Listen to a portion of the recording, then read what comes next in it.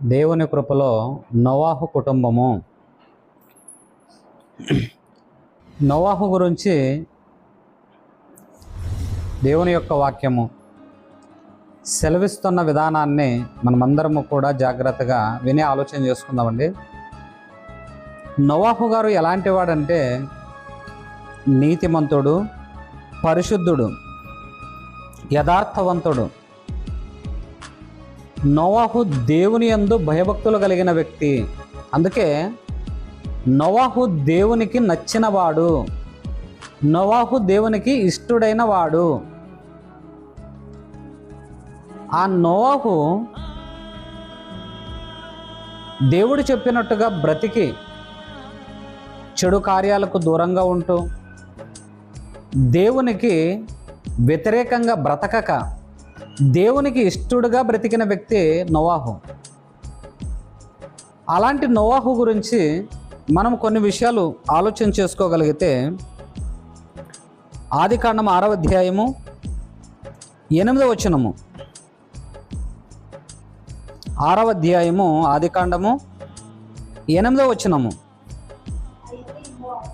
అయితే నోవాహు యెహోవా దృష్టి యందు కృప పొందిన వాడాయను. నోవాహు ఎలాంటి వాడంట? దేవుని దృష్టి యందు కృప పొందిన వాడాయను.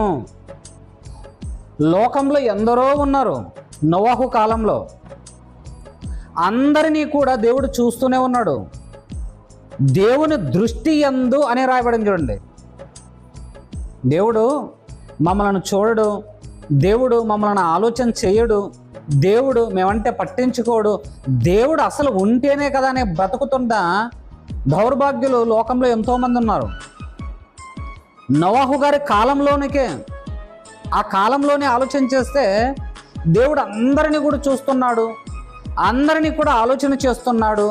అందరూ కూడా దేవుని దృష్టికి ఏమైపోయారంటే చెడు కార్యములు చేసేవారిగా కనబడ్డారు. అందుకే అందరిని చూసినప్పుడు దేవుడు అందరిని చూస్తున్నాడు. దేవుడు నోవాహును కూడా చూశాడు. చదవ మా మాట ఏమంటున్నాడు? యెహోవా దృష్టి యందు కృప పొందిన వాడాయను. నోవాహు యెహోవా దృష్టి యందు అంటే చూస్తున్నాడు, ప్రతి మనిషిని కూడా చూస్తున్నాడు. లోకంలో అందరూ కూడా మమ్మల్ని ఎవరూ కూడా చూడటం లేదు. దొంగ కూడా ఏమనుకుంటాడంటే దొంగతనానికి వెళ్ళేటప్పుడు ఎవరికంట నేను పడకూడదు, ఎవరు కూడా నన్ను చూడకూడదు అని చెప్పి అందరూ నిద్రపోయిన తర్వాత దొంగ వెళ్ళిపోతుంటాడు దొంగతనానికి. అవునా కదా? కానీ చూస్తున్న వ్యక్తి ఎవరున్నారు? దేవుడు సమస్త మనుషులందరినీ కూడా చూస్తున్నాడు. ఎవరు మంచివాడు, ఎవరు దుర్మార్గుడు, ఎవరు దొంగ, ఎవరు నీతిమంతుడు, ప్రతి మనిషిని కూడా దేవుడు చూస్తూనే ఉన్నాడు. అందరిని చూసినప్పుడు, లోకమందంతటా కూడా దేవుడు చూసినప్పుడు నోవాహు మాత్రము యెహోవా దృష్టికి కృప పొందిన వాడాయను అని రాయబడింది చూడండి. మరి మిగిలిన వాళ్ళందరూ కూడా కృప పొందలేదంటే అందరినీ కూడా చూశాడు దేవుడు. అందరిని చూసినప్పుడు అందరూ ఎలా ఉన్నారంటే దేవుని దృష్టికి కృప పొందలేదు. 6వ అధ్యాయము 3వ వచనం చూడండి. అప్పుడు యెహోవా, నా ఆత్మ నరులతో ఎల్లప్పుడూ వాదించదు, వారు తమ అక్రమం విషయంలో నరమాతురులై ఉన్నారు. ఆయనను వారి దినములు 120 ఏండ్లగునను. ఏమన్నాడు? నా ఆత్మ నరులతో ఎల్లప్పుడూ కూడా వాదించదు. ఎందుకు వాదించదు? వారు తమ అక్రమం విషయంలో నరమాతురులై ఉన్నారంటే దేవుడు అనేకులను కూడా చూస్తున్నాడు, అనేకులను కూడా ఆలోచన చేస్తున్నాడు. ఒక్కడు కూడా మంచివాడిగా కనిపించకపోయేసరికి నోవాహు యెహోవా దృష్టికి కృప పొందిన వాడాయను. అంత మంచివాడా నోవాహు? అంత మంచివాడైతేనే దేవుడు తనకు కృపను అనుగ్రహించాడు నోవాహుకు. కిందకి 5వ వచనం చదివితే, నరుల చెడుతనము భూమి మీద గొప్పదనియు వారి హృదయం యొక్క తలంపులలోని ఊహంతయు ఎల్లప్పుడూ కేవలము చెడ్డదని యెహోవా చూచి తాను భూమి మీద నరులను చేసినందుకు యెహోవా సంతాపమునుంది తన హృదయములో నొచ్చుకొనెను. అందరిని చూశాడు. అందరిని చూసిన తర్వాత భూమి మీద నరుల చెడుతనము యెహోవాకు చెడ్డదిగా కనిపించింది. ఒక్కడు కూడా మంచివాడుగా కనిపించలేదు. చూడండి, ప్రారంభంలోనే. మరి ఈనాడు అలాంటి వారు ఏమైనా కనబడుతున్నారా? అలాంటి వారు ఏమైనా ఒక్కరైనా కనబడుతున్నారంటే దేవుడు ఎంత బాధలో ఉన్నాడో ఒక్కసారి మనమందరం కూడా ఆలోచించాలి. దేవుని వారలారా, నోహు ఎంత అదృష్టవంతుడో మనమందరం కూడా ఆలోచించాలి. ఎందుకంటే తన మంచితనమే, తన మంచి ఆలోచనే, దేవుని యందు భయభక్తులే నోవాహును గొప్పవానిగా చేసింది. నీతిమంతునిగా బ్రతకాలని, నీతిమంతునిగా ఉండాలని, లేకపోతే దేవుని యందు భయభక్తులు కలిగి బ్రతకాలని ఆశించాడు. అందుకే చెడ్డ కార్యములకు దూరంగా బ్రతికాడు. దేవుని ఎదుట కృప పొందిన వాడాయను. 7వ వచనంలో అంటున్నాడు చూడండి, అప్పుడు యెహోవా నేను సృజించిన నరులను, నరులతో కూడా జంతువులను, పురుగులను, ఆకాశ పక్షాదులను భూమి మీద నుండకుండా తుడిచివేయుదును. ఎలా అనగా నేను వారిని సృజించినందుకు సంతాపము నొంది ఉన్నానను, మనుషులను చేసినందుకు బాధ కలిగింది నాకు. ఎందుకు చేశాను వీరిని? వీరు పరిశుద్ధులుగా ఉండాలని, నీతిమంతులుగా ఉండాలి, నాలా జీవించాలని నేను కోరుకున్నాను. కానీ మనుషులందరూ కూడా ఏమైపోయారంటే నా దృష్టికి చెడ్డవారైపోయారు. నా దృష్టికి చెడ్డవారైపోయారు.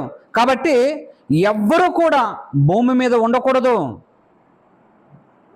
11వ వచనంలో అంటున్నారు చూడండి, భూలోకము దేవుని సన్నిధి చెడిపోయి ఉండెను, భూలోకము బలత్కారముతో నిండి ఉండెను. దేవుడు భూలోకమును చూచినప్పుడు అది చెడిపోయి ఉండెను. భూమి మీద సమస్త శరీరులను తమ మార్గములను చెరిపివేసుకొని ఉండరి. అందరూ కూడా ఏమైపోయారంటే తమ మార్గములను చెరిపివేసుకున్నారట. భూమి మీద మనుషులందరూ కూడా బలత్కారముతోనే నిండిపోయారు.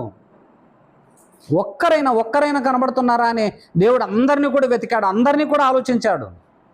అందరినీ, మనల్ని కూడా దేవుడు చూస్తున్నాడు. మన భక్తి జీవితం ఎలా ఉంది, మనం ఎలాంటి విశ్వాసాల్లో బ్రతుకుతున్నాము, ఎలా దేవునికి ఇష్టలుగా నడుచుకొనుచున్నాము, మనల్ని మనము ఆలోచన చేయకపోయినప్పటికీ కూడా దేవుడు మాత్రము నిత్యము కూడా ప్రతి మనిషిని కూడా ఏం చేస్తున్నాడు? ఆయన ఆలోచన చేస్తున్నాడు. అందుకే ప్రారంభంలోన మనుషులందరినీ కూడా దేవుడు దృష్టి పెట్టినప్పుడు ఎవరు నీతిమంతులుగా కనబడ్డారు? నోవాహు మాత్రమే నీతిమంతులుగా కనబడ్డాడు. కాబట్టి ఆయన ఏమంటున్నాడంటే 14వ వచనం చూడమ్మా, 13వ వచనం చదువుకుందామండి. దేవుడు నోవాహుతో సమస్త శరీరం మూలముగా భూమి బలాత్కారంతో నిండి ఉన్నది గనక నా సన్నిధి వారి అంతము వచ్చి ఉన్నది, ఇదిగో వారిని భూమితో కూడా నాశనము చేయదును అన్నాడు. చూడండి, నా సన్నిధి ఎవ్వరూ కూడా నీతిమంతులుగా కనిపించట్లేదు నోవాహు, అందరికి కూడా అంతము వచ్చి ఉన్నది. దేవునికి నచ్చలేనట్టుగా, లేకపోతే దేవుని ఎదుట పనికిరాని పనులన్నీ కూడా చేసినప్పుడు దేవుడు అనుకుంటాడు అందరిని ఎవరిని లేపాలని ఎదురు చూస్తూనే ఉంటాడు దేవుడు. రోగములతో చచ్చిపోయేవాళ్ళు కొంతమంది, బాధలతో చచ్చిపోయేవాళ్ళు కొంతమంది. అందుకే నా దృష్టికి ఎవ్వరూ కూడా మంచివారిగా కనిపించటం లేదు అంటూ ఏమంటున్నాడు? నేను భూమితో కూడా నాశనము చేస్తాను, ఇదిగో వారిని భూమితో కూడా నాశనం చేస్తాను అంటున్నాడు. 14వ వచనము, చితిసారకపు మ్రానుతో నీ కొరకు ఓడను చేసుకొనము, అరలు పెట్టి ఆ ఓడను చేసి లోపటను వెలుపటను దానికి కీలు పుయ్యవలను, నీవు దాని చేయవలసిన విధమిది. ఎలా చేయాలి, ఏం కథ? నోవాహు, నువ్వు ఎలా చేయాలంటే నేను చెప్పినట్టుగా నువ్వు చేయాలన్నాడా? లేకపోతే పో ప్రభువా నీతనేమే, అందరూ మంచిగా తింటున్నారు, త్రాగుతున్నారు, ఎంజాయ్గా బ్రతుకుతున్నారు, నీవేం పెద్ద ఓడ కట్టమంటున్నావు? దేవునికి ఏమన్నా వ్యతిరేకంగా బ్రతికాడు చెప్పండి? వ్యతిరేక సమాధానం ఇచ్చాడు చెప్పండి? అసలు నోవాహు ఎలాంటి వాడంటే దేవుని దృష్టికి కృప పొందినవాడాయను. మరి మనము దేవుని దృష్టికి కృప పొందిన వారముగా కనబడగలమా చెప్పండి? అలాంటి ఆలోచనలో మనం బ్రతుకుతున్నామా చెప్పండి? దేవుడు నన్ను మెచ్చుకోవాలి, దేవుడు నన్ను అంగీకరించాలి, దేవుని దృష్టికి దేవుని ఎదుట నేను పరిశుద్ధునిగా కనపడాలని ఏ మానవుడైనా ఏ మనిషి అయినా నిత్యము కూడా దేవుని ఆలోచనలో బ్రతుకుతున్నట్టుగా మనకి ఈ రోజుల్లో కనబడుతుందా చెప్పండి ప్రియమైన వారలారా? ఎవ్వరూ కూడా అలాంటి ఆలోచనలు చేయటం లేదు. నన్ను ఎవరు చూస్తారులే, నన్ను ఎవరు చూడరు, నా ఇష్టానుసారంగా నేను బ్రతకొచ్చు, ఏ తప్పుడు కార్యక్రమాలైనా చేయొచ్చు. ఎవరైనా అడిగితే నువ్వేం బుద్ధిమంతుడవా, నువ్వేం నీతిమంతుడవా అని ఎదురు మాట్లాడేస్తే వాళ్ళు కూడా దొంగలే కాబట్టి మనుషులతో నేను ఏమైనా కూడా మాట్లాడుకోవచ్చు అన్నట్లుగా ధైర్యము కలిగి ప్రతి ఒక్కరూ కూడా పాపము చేయటానికి సిద్ధపడుతున్నారు. ప్రతి ఒక్కరూ కూడా పాపం చేయడానికి సిద్ధపడుతున్నారు. కానీ మనల్ని కూడా ముఖ్యంగా నిన్ను దేవుడు చూస్తున్నాడన్న సంగతిని మాత్రము మర్చిపోవద్దు. అందుకే నోవాహు, నువ్వు ఒక ఓడను సిద్ధపరచుకో, నేను చెప్పినట్టుగా దాన్ని నిర్మాణం చేయి. దేవుడు చెప్పిన విధంగా ఎన్ని వాక్యాలు వింటున్నప్పటికీ కూడా, ఎన్ని ప్రసంగాలు విన్నప్పటికీ కూడా ఎవరిలోనైనా మార్పు కనబడుతుందో చెప్పండి? లోకంలో ఎవరిలో కూడా కనిపించలేకపోతుంది. అందుకేనండి దేవునికి విసుగొచ్చింది, దేవునికి కోపం రగులుకుంటుంది. ప్రతి ప్రాంతంలో కూడా ఏమైపోతుందంటే భయానికి గురైపోతున్నారు మనుషులందరూ కూడా. ప్రతి ప్రాంతీయులు కూడా ఎప్పుడు ఏం జరుగుతుందో ఏం కథ తెలియదు. ఒక శాస్త్రవేత్త అంటాడు, మనకు టైం దగ్గరలోనే ఉందండి, 2027-29 కల్లా భూమి అంతా కూడా నాశనం కాబోతుంది. ఇక మనమందరం కూడా చనిపోతున్నాము, భూమి అంతమైపోతుంది. ఎందుకంటే ఒక ఆస్టరాయిడ్ భూమికి దగ్గరలో వెళుతుంది, అది ఢీకొనే అవకాశాలు చాలా ఉన్నాయి. వచ్చే ప్రమాదాలకు కూడా మనిషి భయపడటం లేదు, జరగబోయే విపత్తులకు కూడా మనిషి ఆలోచన చేయటం లేదు. కళ్ళెదురుగా చూస్తున్నాడు, ఎంతోమంది చనిపోతున్నట్టు, ఎంతోమంది ప్రమాదాల్లో మరణిస్తున్నట్టు చూస్తున్నాడు. కానీ మనిషి మాత్రము ఏం చేస్తున్నాడంటే ఇంకా ధైర్యంతోనే బ్రతుకుతున్నాడే కానీ దేవునికి మాత్రము లోబడి బ్రతుకుటలేదు. దేవుడు చెబుతాడు 7వ అధ్యాయము 6వ వచనం చూడండమ్మా. ఆ జల ప్రవాహములు భూమి మీదకి వచ్చినప్పుడు నోవాహు 600 ఏండ్ల వాడు. అప్పుడు నోవాహును అతనితో కూడా అతని కుమారులను, అతని భార్యయు, అతని కోడండును ఆ ప్రవాహ జలములను తప్పించుకొనుటకు ఆ ఓడలో ప్రవేశించిరి. ఎవరు? ఎంతమంది? కుమారులు, కోడళ్ళు, భార్య, తను. ఎంతమంది? 8 మంది మాత్రమే ఆ ఓడలోనికి ప్రవేశించారు. మరి మిగిలిన వారు మొదటి వచనం అంటున్నాడు చూడండి, 7వ అధ్యాయం 1వ వచనంలోన, యెహోవా ఈ తరము వారిలో నీవే నా ఎదుట నీతిమంతుడవై ఉండుట చూచితిని గనక నీవును నీ ఇంటి వారును ఓడలో ప్రవేశించండి అంటున్నాడు. నీతిమంతులు మాత్రమే రక్షణ పొందుదురు, నీతిమంతులు మాత్రమే. మరి మిగిలిన వారు రక్షణ లేదు వారికి. కనుక దేవుని వారలారా, దేవుడు ఎవరినైతే ప్రేమిస్తాడో, దేవుని దృష్టికి ఎవరైతే నీతిమంతులుగా ఉంటారో వారు దేవుని కృప పొందుకునేవారు. మిగిలిన వారందరూ కూడా ఏదో ఒక విధంగా తనువు చాలించుకొని వెళ్ళిపోవలసిందే. నీతిమంతులను కాపాడుటకు, నీతిమంతులను నిలబెట్టుటకు దేవుడు సిద్ధంగా ఉన్నాడు. కాబట్టి కీర్తనల గ్రంథం అదే విషయాన్ని మనం ఆలోచన చేసుకుంటూ వెళ్ళగలిగితే 145వ అధ్యాయము,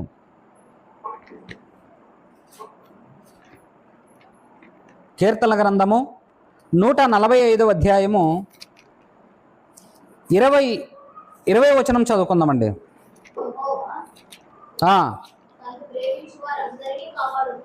యెహోవా తన్ను ప్రేమించు వారందరినీ కాపాడును. ఏమంటున్నాడు? యెహోవా తన్ను ప్రేమించు వారందరినీ కాపాడును, అయితే భక్తిహీనులందరినీ ఆయన నాశనము చేయను. అందుకే భక్తివంతులుగా మారండి. ముందు తన్ను ప్రేమించు వారందరినీ కూడా కాపాడతాడు. నువ్వు దేవుని ప్రేమ నీలో ఉందా? దేవుని ప్రేమ నీలో కనబడుతుందా? దేవుని ప్రేమకు నువ్వు దగ్గరలో ఉన్నావా? దేవుణ్ణి ఎంతవరకు నువ్వు ప్రేమించగలుగుతున్నావు? ఒకసారి ఆలోచించండి ప్రేమని వర్లారా. దేవుని విషయాలను మనం ఆలోచన చేసుకోగలిగితే, దేవుని మాటలను మనం జాగ్రత్తగా చదవగలిగితే, ఆయన చెబుతున్న ప్రతి మాట కూడా ఎలా ఉంటుందంటే, ఆయనని ఎందరైతే ప్రేమిస్తారో వారందరినీ కూడా దేవుడు ఏం చేస్తాడు? కాపాడుతాడు. మరి దేవుని కాపదల్లో మనం అందరం ఉన్నామో చెప్పండి. ముందు భక్తి జీవితాన్ని నేర్చుకోండి. దేవుణ్ణి ఎలా మనం ఆరాధించాలి, దేవుణ్ణి ఎలా మనం స్తుతించాలి, దేవుని కొరకు మనం ఎలా సిద్ధపడాలి, దేవుణ్ణి ఎలా ప్రేమించాలి, ఆయన యొక్క ఆలోచనలో మనం ఎలా బ్రతకాలనేది మొట్టమొదటిగా దేవుని నమ్మిన వారందరూ కూడా తెలుసుకోవాలి. అది లేదండి భవిష్యత్తు. అంటే మనం ఈ భూమి మీద ఉన్నంత కాలం కూడా ఎలా బ్రతకాలి, ఎలా సుఖపడాలి, ఎలా తినాలి, ఎలా త్రాగాలి, ఏ ఉద్యోగం చేస్తే బాగుంటుంది, ఎంత సంపాదన చేస్తే బాగుంటుంది, ఇలాంటి ఆలోచనలు కలిగి బ్రతుకుతున్నామే తప్ప దేవుని కొరకు మనము విశ్వాసంతో ఉంటున్నామా? చూడండి ఆ మాట. యెహోవా తన్ను ప్రేమించు వారందరినీ కాపాడును, అయితే భక్తిహీనులందరినీ ఆయన నాశనం చేయను. ఒకవేళ మనం నాశనకరమైన మార్గంలో ఉన్నామేమో, దేవుడు ఎందరినైతే నాశనం చేయబోతున్నాడో వారి యొక్క నాశన మార్గంలో మనం కూడా ఉన్నామేమో, ఏ రోజైనా మనం ఎప్పుడైనా ఆలోచన చేసుకోగలుగుతున్నామో చెప్పండి? తన్ను ప్రేమించు వారిని. అందుకేనండి నోవాహు గారు దేవుణ్ణి ప్రేమించాడు.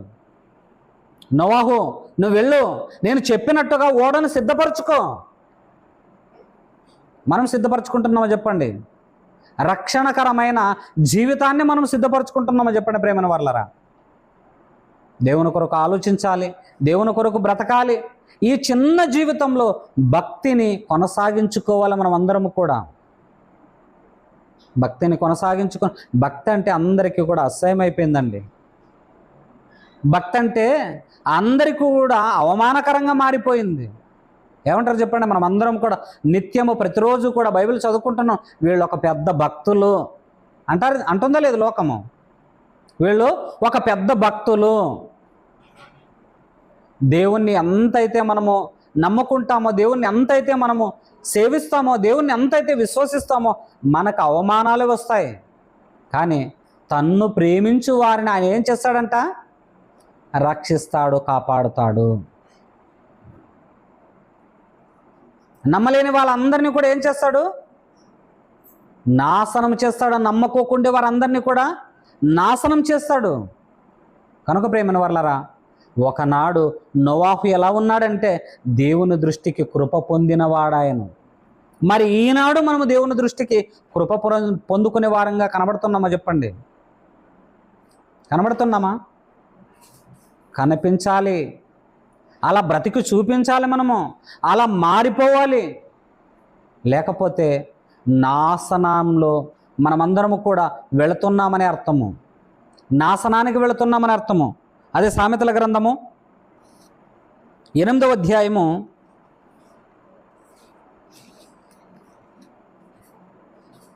35వ వచనము. సామెతల గ్రంథము 8వ అధ్యాయము 35వ వచనము ఏమంటున్నాడు చూడండి. నన్ను కనుగొనువాడు జీవమును కనుగొనును, యెహోవా కటాక్షము వానికి కలుగును. దేవుణ్ణి కనుగొనాలి. ఎక్కడున్నాడు దేవుడు చెప్పండి? దేవుడు ఎక్కడున్నాడని కనుగొంటారు చెప్పండి? నన్ను కనుగొనవాడు జీవమును కనుగొనును. దేవుణ్ణి కనుగొనటానికి ఎంతమంది సిద్ధపడుతున్నారు చెప్పండి? దేవుణ్ణి కనుగొనటం అంటే ఆషామాష అండి. ఎక్కడ దొరుకుతాడండి ఆయన? దొరకడు అని చాలామంది కూడా ఆలోచన చేసుకొని దేవుణ్ణి వెతికే విధానాన్నే తప్పించుకుంటున్నారు, తొలగించుకుంటున్నారు. కాబట్టి ప్రియమైన వాళ్ళారా, నన్ను కనుగొనవాడు జీవమును కనుగొనును. జీవము, నీకు జీవము దొరుకుతుంది ఆయన్ని కనుగొంటే. ఆయనను వెతికితే నీకేం దొరుకుతుందంటే నిత్య జీవము. నోవాహు దేవుణ్ణి కనుగొన్నాడు, అందుకే భక్తి కలిగి జీవించాడు. ఇది తప్పు, పాపకరమైన ఆలోచన చేయకూడదు. అందరినీ కూడా కాదన్నాడు దేవుడు. నోవాహును మాత్రం ఏమన్నాడు? నా ఎదుట నీవే నీతిమంతుడివి అన్నాడే లేదా? మరి మనల్ని ఏమంటాడు చెప్పండి దేవుడు? ఆ మాట అనగలడా మనల్ని? నిజంగా మనము దేవునికి ఇష్టలుగా బ్రతుకుటకు సిద్ధపడుతున్నామా లేదా అని ప్రతిరోజు కూడా మనము దేవుని యొక్క ఆలోచనలో ఉండాలండి, సిద్ధపడాలి. నన్ను కనుగొనవాడు జీవమును కనుగొనును. ఇంకేమంటున్నాడు కిందకి? యెహోవా కటాక్షము వానికి కలుగును. నన్ను కనుగొనవాడు నన్ను కనుగొనని వాడు తనకే హాని చేసుకొనును.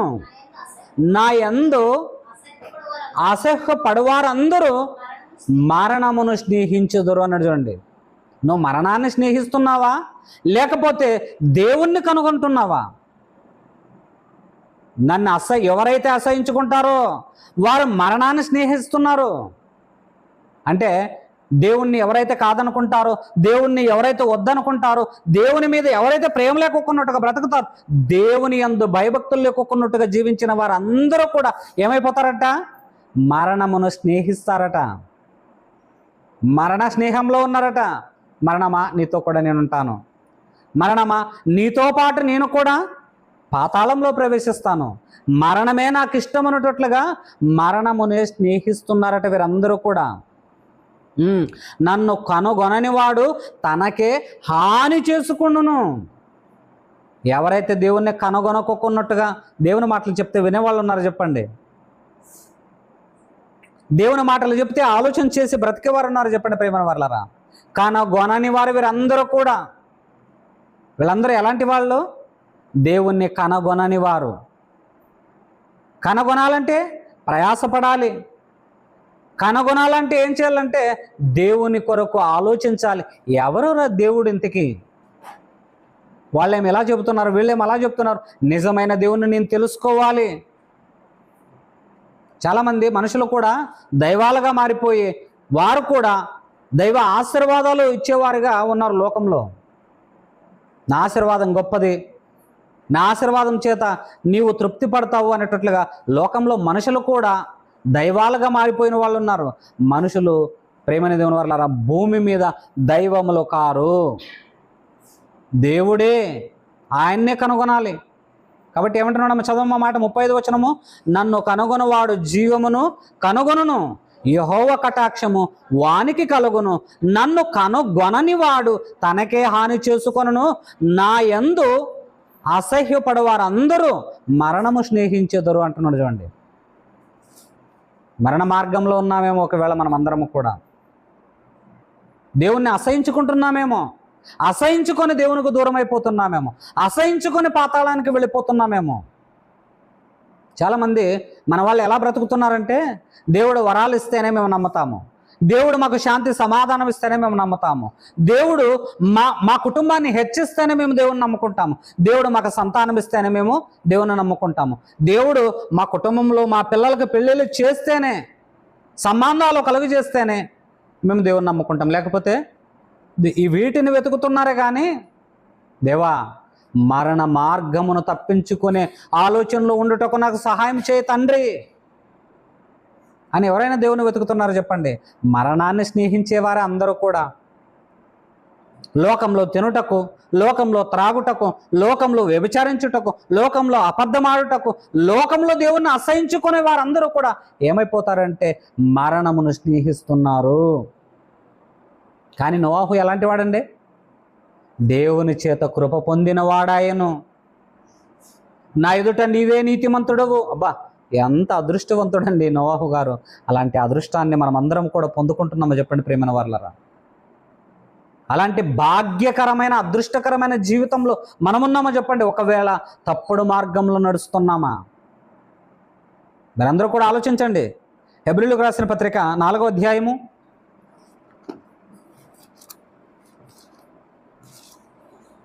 16వ వచనము.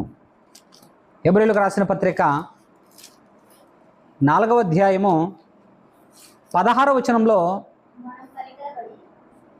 ఏమంటున్నాడు చూడండి. మనము కనికరపడి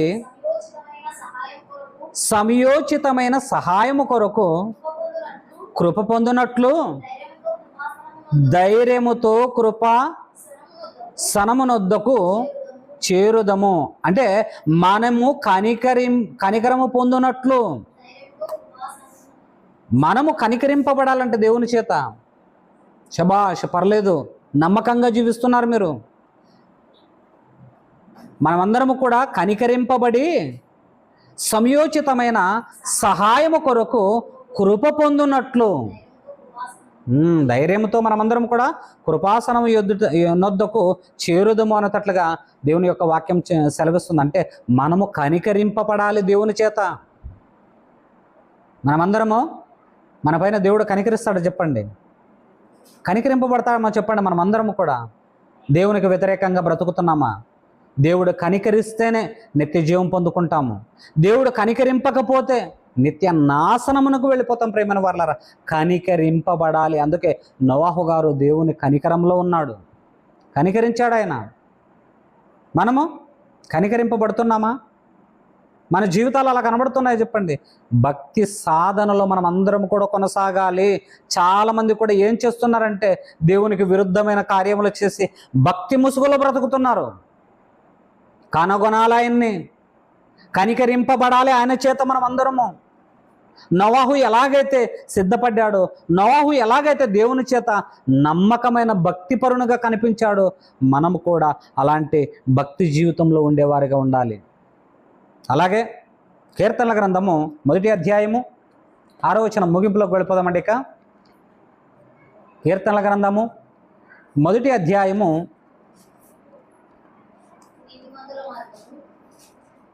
6వ వచనమా, నీతిమంతుల మార్గము యెహోవాకు తెలియను, దుష్టుల మార్గము నాశనమునకు నడుపును. ప్రారంభములో దేవుడు అందరినీ కూడా చూశాడు, అందరి మార్గాలను కనుగొన్నాడు దేవుడు. ఎవరు మంచివాళ్ళు, ఎవరు నీతిగా బ్రతుకుతున్నారు, ఎవరు పరిశుద్ధులుగా మలచబడ్డారు, ఎవరైతే నా యందు భయభక్తులు కలిగి జీవించారో, నా మాట ప్రకారంగా బ్రతుకుతున్నారు, దేవుడు ప్రారంభంలో చూశాడు. ఎంత బాధపడ్డాడు చెప్పండి. ప్రారంభంలో నరులందరూ కూడా తమ మార్గములను చేరుపుకున్నారు. నా సన్నిధిని వారందరూ కూడా చెడిపోయారు, నాకెవ్వరూ కూడా నచ్చలేదు. అందరినీ చూశాడు. అందుకనండి భూమితో పాటు సకల జీవరాశుల మనుషులందరినీ కూడా నాశనం చేయడానికి నేను సిద్ధపడుతున్నాను. 40 రాత్రులు 40 పగళ్ళు భయంకరమైన ప్రచండమైన వర్షాన్ని కురిపించడానికి సిద్ధపడుతున్న నోవాహు, నేను చెప్పినట్టుగా నువ్వు ఓడను సిద్ధపరచుకో, నీవును నీ ఇంటి వారును ఓడలోకి ప్రవేశించండి. ఎందుకంటే ఈ మనుషులు మంచివారు కాదు, ఈ మనుషులందరూ కూడా దుర్మార్గులు, దుష్టులు, నా మాటను వ్యతిరేకించిన వారు, పరిశుద్ధతలో బ్రతకలేకపోతున్నారు వీరందరూ కూడా. కాబట్టి నోవాహు నువ్వేం చేస్తావంటే నేను చెప్పినట్టు విను. సరే ప్రభువా అన్నాడు.